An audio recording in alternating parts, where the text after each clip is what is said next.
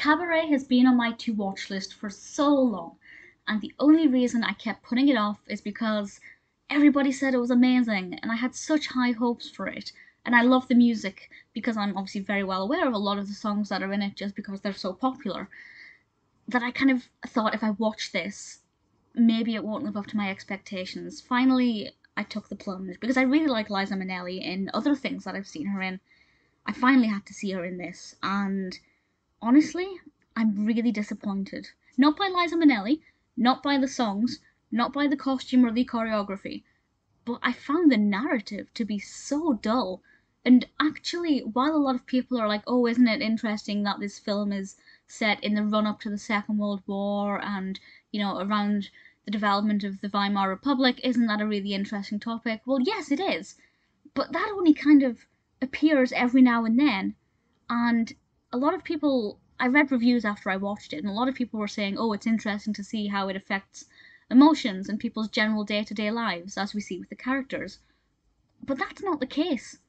I don't know if that's the case with other adaptations or the stage version, but you can very easily, for the most part, very easily separate the political aspect with the characters' personal lives and still tell the same story.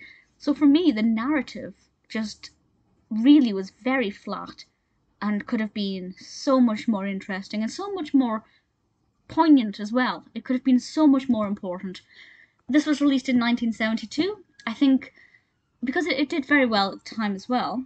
It won 8 Oscars, which we will look at in a moment. I think at the time, absolutely, it would have been a really great achievement. It is, quite powerful in certain ways, and I think it's quite emotional in some ways. So certainly for the time, I think it would have been quite good, quite groundbreaking. The character of Sally, Liza Minnelli's character, has a very different attitude to what a lot of female protagonists at the time had in films. Usually her kind of character, who has a very more relaxed lifestyle, bohemian perhaps, they would have been antagonists in a lot of films like this. So to have her as the protagonist and to be a character we're meant to love, and for it to work as a narrative and for us to genuinely care about this character, which I did, certainly in the 70s, that would have been something that was quite impressive and quite an achievement. And I have to say, the characters are absolutely fine. I've got no issues with the characters. It's just the situations they're in and the narrative itself. It just let itself down. But as I said, this was released in 1972, directed by Bob Fosse, based on the story by Joe Mastroff, John Van Truten, and Christopher Isherwood. Obviously, I haven't seen the stage play, so I can't say exactly how much it compares. If you do know how they compare, if anything was taken out or if anything specific was added in this, please do let me know. I'd be very interested to learn more about that. But basically, the narrative is very, very dull. The fact that it was set in, I think, 1931, during the Weimar Republic in Berlin, I thought was really interesting. I'm very fascinated by that period of history. The early stages of the Nazi Party, I think, is something very interesting to study. I was really excited to see more of more aspect of that in this, but we really don't get a lot of that, and I was really disappointed by that. And it's not that musicals can't touch on those subjects, because many do, but I just feel like the narrative didn't really give us much opportunity. And again, you could argue, if some have, that it showed us what life was like for the average person living in Berlin during the Weimar Republic. But I don't think that's the case at all, because a lot of what happened, a lot of attitudes, a lot of situations, they could be presented at pretty much any time, in any location, and the narrative would have still felt realistic. And, credit where credit is due, what happens in it feels believable, but unfortunately it just also feels very dull as well. It is focusing primarily on Sally Bowles, who is performing at the Kit Kat Club, which in itself is obviously something that's kind of like, okay, this is what we're addressing in this musical. And an individual called Brian, an academic, kind of the antithesis of her personality, to be honest, moves into the boarding house where she is staying. They build up a friendship, maybe more of a relationship. I won't say what happens there too much. And then they meet another individual called Maximilian, or Max, who throws a spanner in the works and mixes things up. And that gives us some interesting character development for Sally. We get more emotion out of her because, to begin with, she has a bit of a barrier in front of her. I feel like she hides behind Cabaret.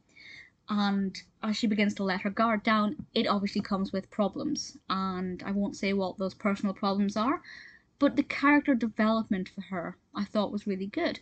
I think the character development for Brian was interesting. I thought he was an interesting individual and I genuinely wanted to know more about him. So again, credit where it's due. The character writing is very good. I have a lot of praise for Liza Minnelli as well, her Cabaret performances, but I'll get to that in a moment. We do see, there is one very interesting scene actually that I did like, and I would have liked to have seen more of this. I wanted the narrative to be focused more around this to make it more relevant. There's a scene, I won't go into too much, but there's a scene where we see this, let's face it, a typical Aryan wearing a Nazi, a Hitler Youth uniform, and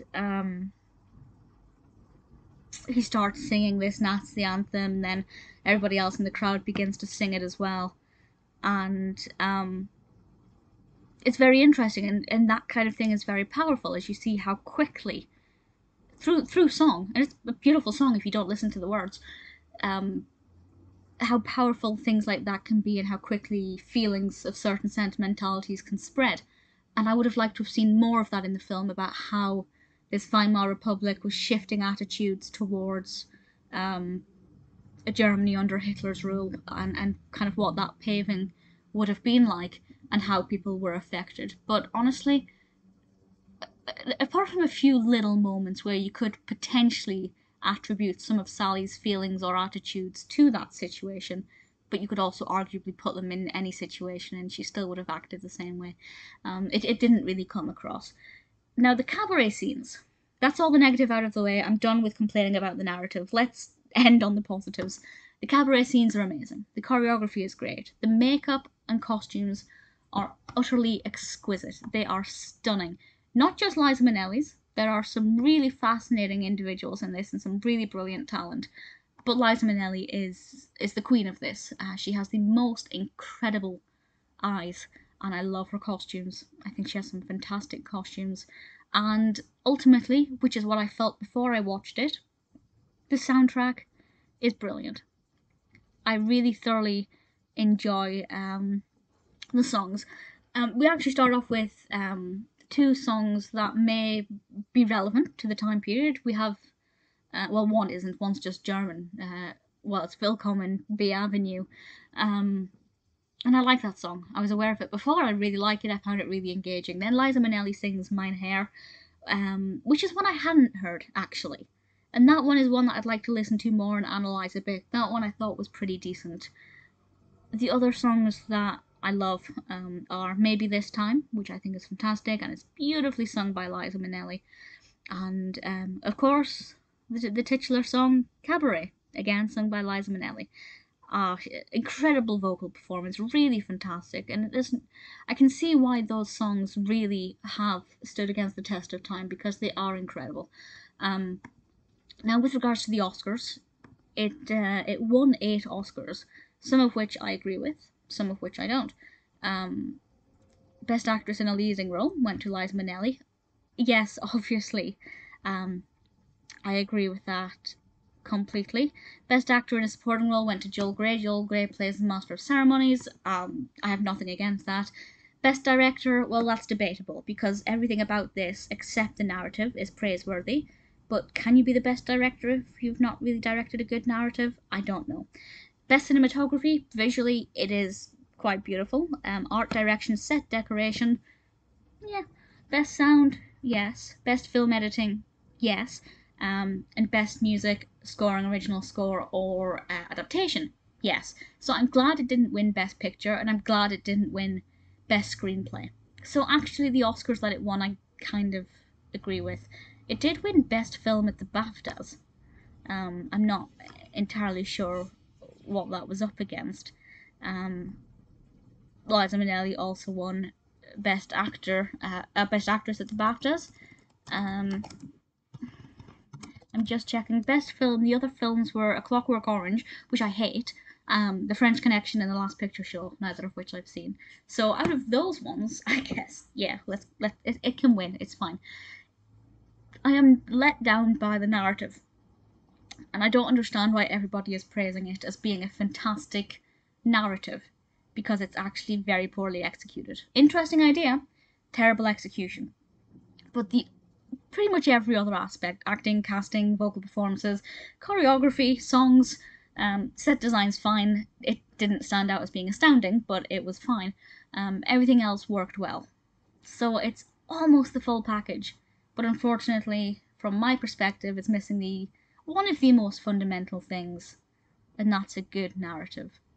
If you like it, that's fine. You know, if you love Cabaret and it's one of your favourite musicals, I'm sure you have your reasons. But unfortunately, I just didn't enjoy it. I enjoyed when the singing and the the dancing, but when it was just straight dialogue, it wasn't very good. Unfortunately, Cabaret, I think, is a reasonable film, but massively overhyped.